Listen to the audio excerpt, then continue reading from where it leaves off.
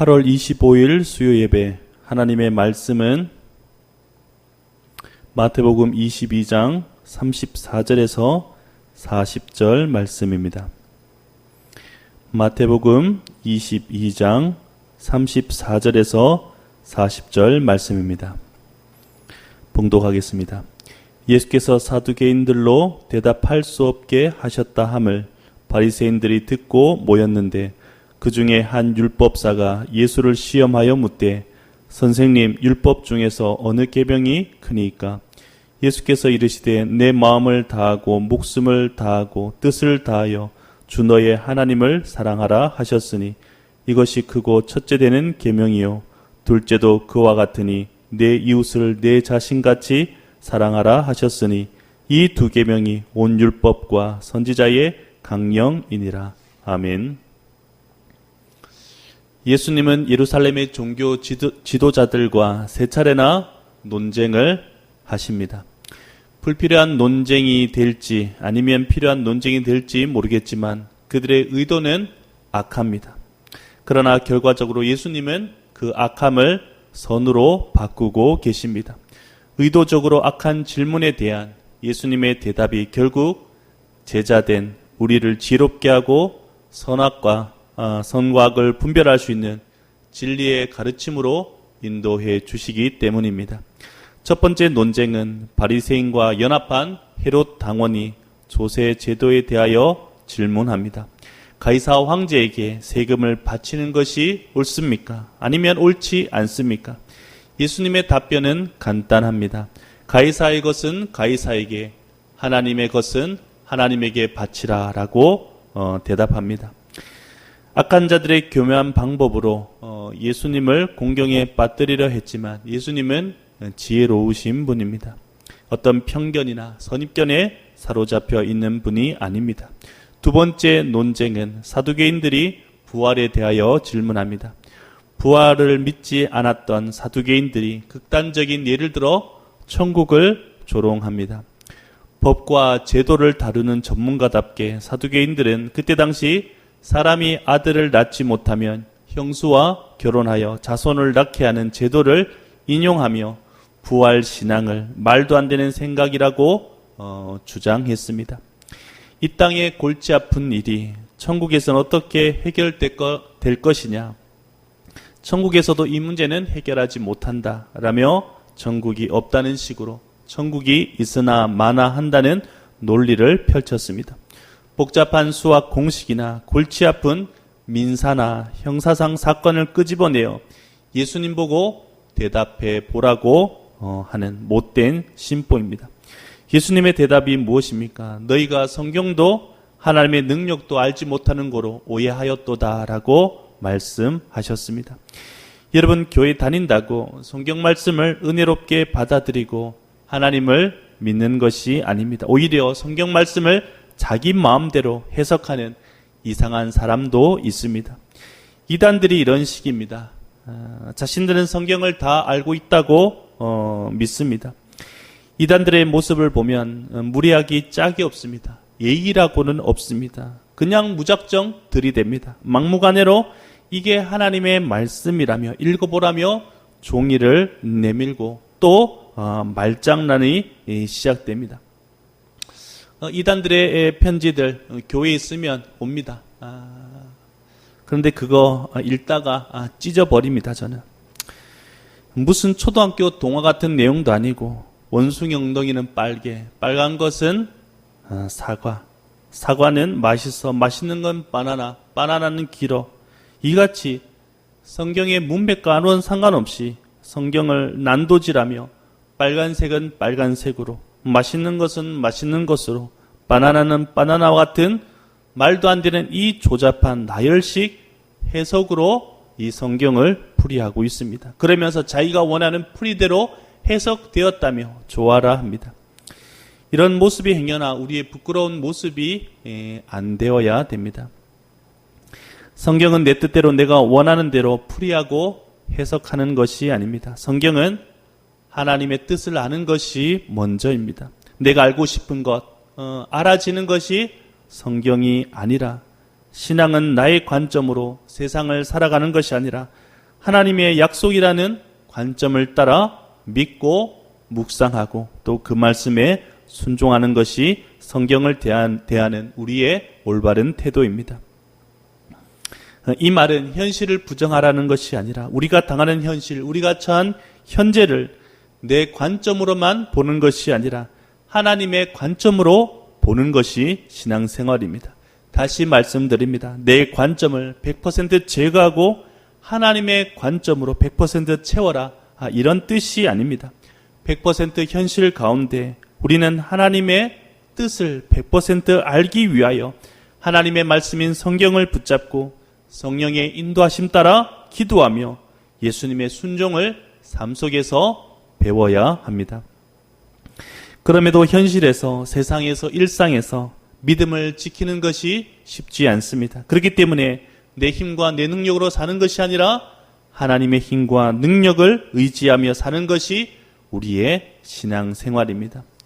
기도의 응답 역시 하나님께서 응답해 주지 않으면, 내가 원하는 것 주시지 않으면 하나님께 기도하지 않겠습니다. 하나님은 존재하지 않습니다. 이렇게 부정하고 부인하고 거절하는 반응이 아닙니다. 믿음의 성장과 성숙이 나타나면 기도를 해도 응답이 없을 때에도 오히려 나보다 나를 더 잘하시는 하나님께서 더 좋은 것으로, 가장 좋은 것으로 응답해 주실 것을 믿고 인내하며 살아가게 되는 것입니다. 현실 가운데 더 큰 신뢰와 더 큰 믿음으로 주님께 한 걸음씩 나아가는 것이 우리의 신앙입니다. 그렇게 부활을 믿지 못하는 인생에서 부활을 믿고 하나님 나라 천국을 꿈꾸고 소망하는 믿음으로 전진하게 됩니다. 헛된 망상이나 허구가 아니라 우리의 믿음은 더 이상 모래 위의 집을, 이 세상의 집을 짓는 것이 아닌 약속의 말씀이라는 굳건한 반석 위에 하나님의 나라 천국의 집을 짓는 사람인 줄 믿습니다. 이때 우리의 고백이 무엇입니까? 하나님은 죽은 자의 하나님이 아니라 살아있는 자의 하나님이십니다. 여러분, 살아계신 하나님이 우리와 함께 하시는 줄 믿습니다. 지금도 예수 그리스도 안에서 복과 은혜를 주시는 분이 하나님이십니다. 저는 부활과 천국을 믿습니다. 오늘날 사두개인과 같은 교인들이 있습니까? 이들은 눈에 보이는 현실만 믿을 뿐 눈에 보이지 않는 부활과 천국을 믿지 않고 교회를 다닙니다. 나는 이성적인 사람이야. 나는 매우 합리적인 사람이지. 그렇기 때문에 비합리적인 거나 비이성적인 것을 믿을 수가 없어. 용납할 수 없다라고 생각하겠지만 기독교의 핵심은 부활과 천국입니다. 죽음이 끝이 아닌 예수님께서 부활하심으로 우리도 부활할 수 있다는 믿음이 있어야 합니다. 부활이 없다면 불교나 유교나 다른 여느 종교들과 다를 바가 없습니다. 불교에도 얼마든지 좋은 가르침이 있습니다. 유교에도 좋은 가르침이 있습니다. 종교의 가르침에서 나쁜 것이 어디 있겠습니까? 사이비 종교나 이단 종파가 아닌 이상 거의 다 종교의 내용들은 좋습니다. 그럼에도 불구하고도 그 좋은 것을 놔두고 저와 여러분이 굳이 기독교를 택한 이유가 무엇입니까? 부활이 없으면 우리의 믿음이 헛되기 때문입니다. 부활이 없는 신앙은 빈 껍데기에 불과하기 때문입니다. 기독교만이 부활이 있고 진리가 있고 하나님의 나라, 영원한 생명이 있는 줄 믿습니다. 오늘 본문에서는 논쟁이 또 시작됩니다. 세 번째 논쟁은 바리새인 중에서도 가장 똑똑한 율법사가 예수님에게 질문합니다. 예수님께 찾아오는 사람은 선한 의도로 찾아오는 것이 아니라 계속해서 연속적으로 악한 의도로 찾아오고 있습니다. 여러분의 인생에도 세상 유혹이 안 온다는 보장이 없습니다. 여러분을 미혹하는 악한 그 괴계가 연일 연속으로 찾아올 수 있습니다. 이때 그 세상 유혹을 어떻게 물리치겠습니까? 말씀으로 물리쳐야 됩니다. 율법을 다루는 전문가답게 이렇게 시험합니다. 34절에서 36절 말씀입니다. 예수께서 사두개인들로 대답할 수 없게 하셨다함을 바리새인들이 듣고 모였는데 그 중에 한 율법사가 예수를 시험하여 묻되 선생님, 율법 중에서 어느 계명이 크니까? 당시 율법사들은 율법에서 613개의 율법이 있다고 나누었습니다. 그러면서 어떤 것이 중요하고 어떤 것이 덜 중요하고 어떤 것이 중요하지 않다, 이렇게 구분하는 작업을 끊임없이 했다고 합니다. 248개는 적극적으로 지켜야 할 것이고 나머지 365개는 피해야 할 것들이다라고 정의 내렸습니다. 이처럼 그들은 중요한 계명과 중요하지 않은 계명으로 구분했습니다. 그런데 예수님의 대답이 무엇입니까? 모든 것이 다 중요하고 모든 것이 다 중요한 그 말씀 가운데 두 가지로 요약하고 있습니다. 37절과 40절 말씀입니다.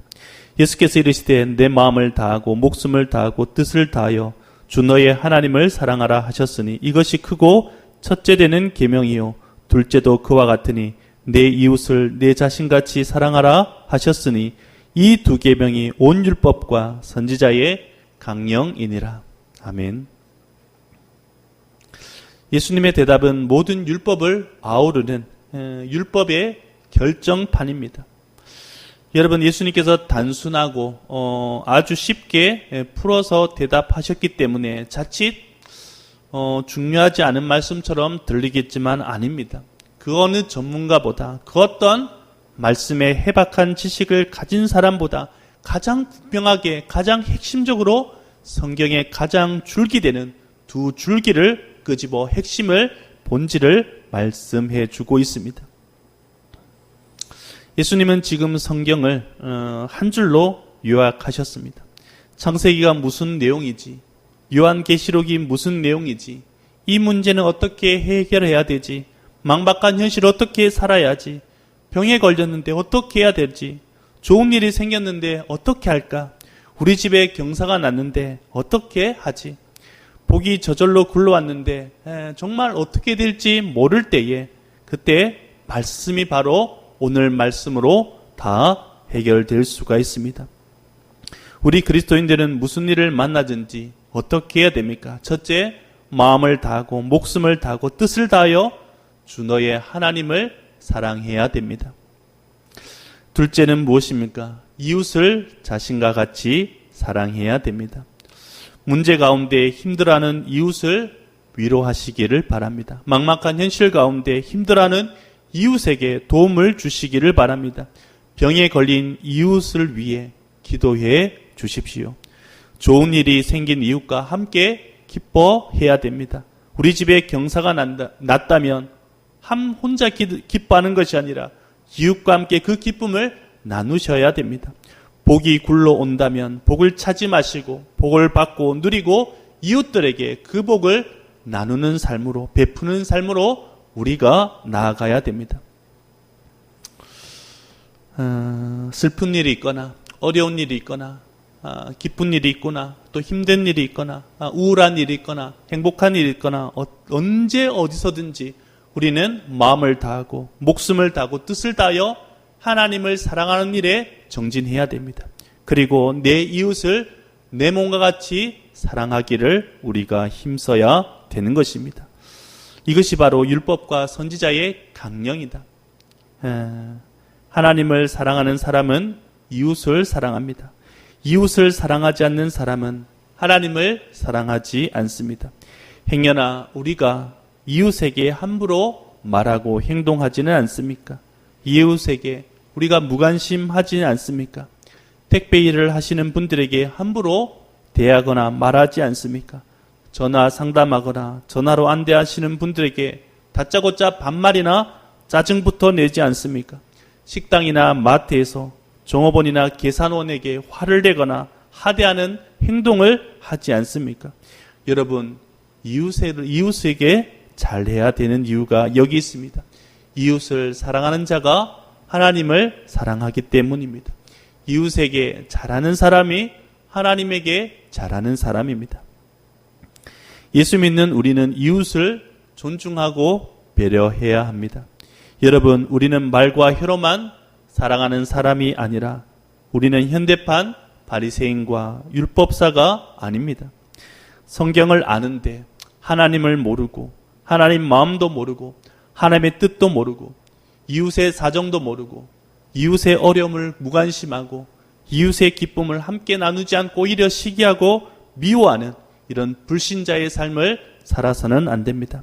말씀 마치겠습니다. 오늘도 내일도 하나님을 사랑하며 이웃을 사랑하며 어떤 일을 만나든지 참된 그리스도인으로 목숨을 다하고 뜻을 다하고 마음을 다하여 하나님을 사랑하며 이웃을 내 몸과 같이 사랑하시는 우리 교회 복된 성도 되시기를 주님의 이름으로 축복합니다. 기도하겠습니다. 하나님 아버지, 오늘 말씀을 통하여 우리가 성경을 듣고 아는 것에 끝나는 것이 아니라 하나님을 사랑하고 이웃을 사랑할 수 있는 귀한 명령을 허락해 주심에 감사를 드립니다. 어떤 일을 만나든지 하나님 사랑함으로 만사 형통하게 하여 주시옵소서. 두려워하지 않게 도와주시고 교만하지 않게 도와주시고 주님을 사랑하며 또 이웃을 생각하며 이웃을 사랑할 수 있는 복된 성도 되게 하여 주시옵소서. 빛과 소금의 사명 감당케 하여 주시고 우리 성도들 가운데 어려운 일을 당하지 않도록 주님께서 언제나 늘 함께하여 주시옵소서. 지금도 성령께서 우리 성도들과 함께 하심으로 말미암아 세상과 구별되어 하나님을 사랑하며 주님을 위하여 세상의 빛과 소금의 사명으로 이웃을 사랑하는 귀한 복된 성도 되기를 간절히 원하오며 거룩하신 예수님의 이름으로 감사하며 기도드립니다. 아멘.